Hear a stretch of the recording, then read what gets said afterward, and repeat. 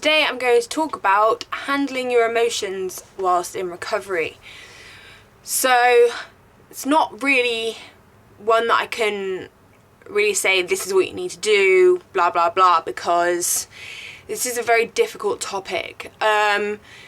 Obviously during your recovery it's going to be very difficult, so you're probably going to have a lot of kind of emotional moments when it comes to dealing with facing fear foods and overcoming eating disorder habits and eating more, exercising less, whatever. There are going to be a few breakdowns and very, very emotional moments, so I don't think that's not avoidable really. Obviously anxiety and guilt and all the other unpleasant negative emotions are going to happen whether you like it or not, so that to put a dampener on things is going to be an emotional roller coaster anyway. Not to mention that on top of that, obviously during recovery there's a lot of hormones going around, and also having an eating disorder numbs out emotions for a lot of people, which means that when you start eating again, the numbness is going to go away, the emotions are going to come back pretty strong, and with the hormones on top of that and having to face all the challenges, this is going to be a quite emotional journey, and I don't think really there's any way to avoid that. But I think when it comes to being really, really emotional, there is things that you can do to help you, and I think the biggest and most important one is to communicate with friends, family, whoever around you, your partner, so let them know what's going on, so they can expect that kind of emotional instability from you.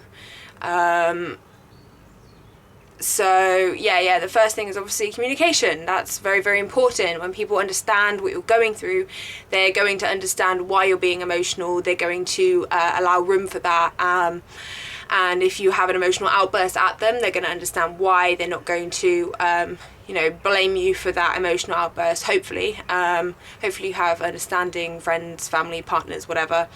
And so communicating with them about it is going to be the most helpful thing for you, because they can support you and they will hopefully understand not to take it personally if you have an emotional outburst around them or at them. Obviously you also need to take care of yourself. Have lists of things to do if you're feeling overwhelmed by your emotions. The best thing to do is distract yourself, keep yourself busy. If you're feeling really overwhelmed by negative emotions, write a list of things you really enjoy doing or things that you think you might enjoy doing and try them out whilst you feel bad.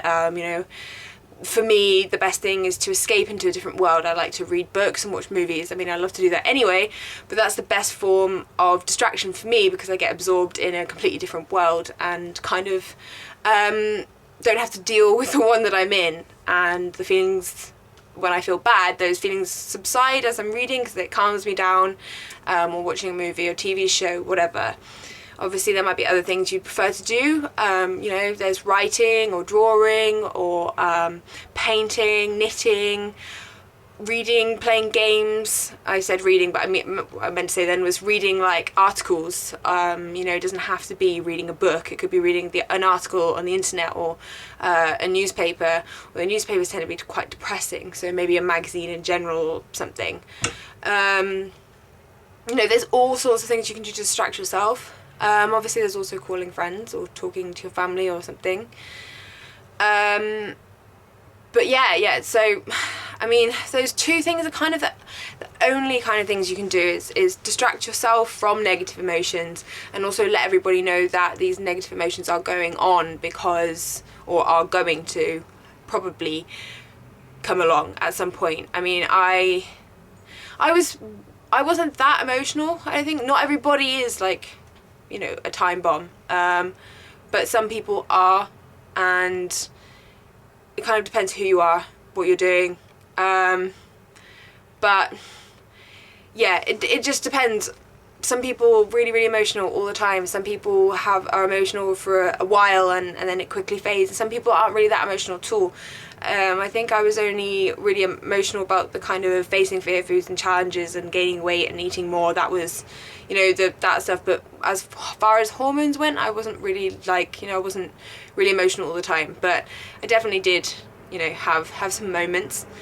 So yeah, handling your emotions is about other people being able to support you and you supporting yourself.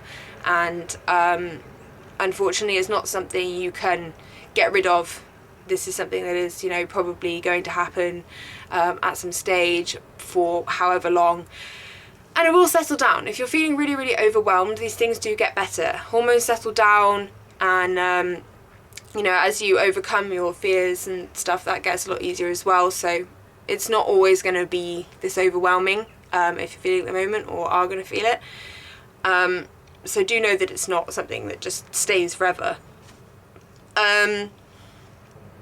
So yeah, as I said, a lot of hormones going around, and a lot of people find their sex drive gets like increases dramatically as well. I mean, with all these, as I said about a million times, hormones going around, not just emotions, but sex drive can be like as well. So yeah, that might happen. You might get incredibly horny for a while. And obviously your sex drive is going to increase anyway, because eating disorders do generally on the whole tend to decrease your sex drive by a hell of a lot. So obviously sex drive will increase, but some people find it increases like dramatically all at once, and that's totally normal as well. So yeah, lots going on, but it is manageable. It is going to be alright, guys. So yeah, I think that's really all I have to say on the topic of handling your emotions. I think it is difficult to actually really handle them, because emotions are very powerful. When you feel them. So yeah, as I said a lot of times already, the way to deal with them as much as possible is to let others know you're experiencing them, so they can be there for you and support you, and to also support yourself by, you know, knowing what helps when you do feel overwhelmed by negative emotions. But you might also feel lots of positives as well. You can, you know, as I said, roller coaster, so up and down, very happy, very sad. But yeah, just know what works for you, or try out different things until you find what works for you when you do feel overwhelmed. And that is a car in the background, and you can probably hear it because my window's open.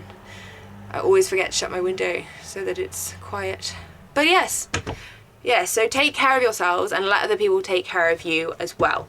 Always ask for help when you need it. That applies to friends, families, doctors, professionals, whatever, therapists, yeah, anyone. So yeah, I hope everybody's doing well. We have had quite a bit of a heat wave recently. It's like, well, obviously, you know what I was going to say, it's like midway through to September, but you know that because you're also living on the same planet. So yeah, even though it's midway through September, England seems to have had like a massive like heat burst. It's like really humid and raining and then sunny, but still really, really hot.